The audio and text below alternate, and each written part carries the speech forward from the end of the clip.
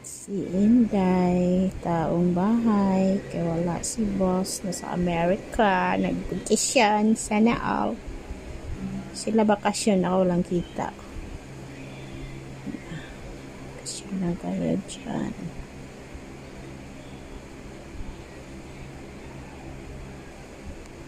Buhay Inday, tapos na ako naglaba.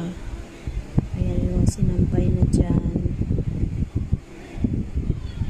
Laba ako kaming araw kasi bukas hanggang Saturday naman ang aking pasok, guys.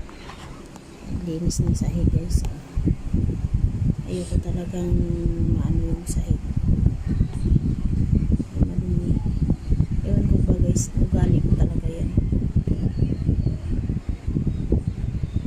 Masarap kasi din sa mata. Maayos. Ayan. Yan lang di maayos sa mga gamit. Ayan.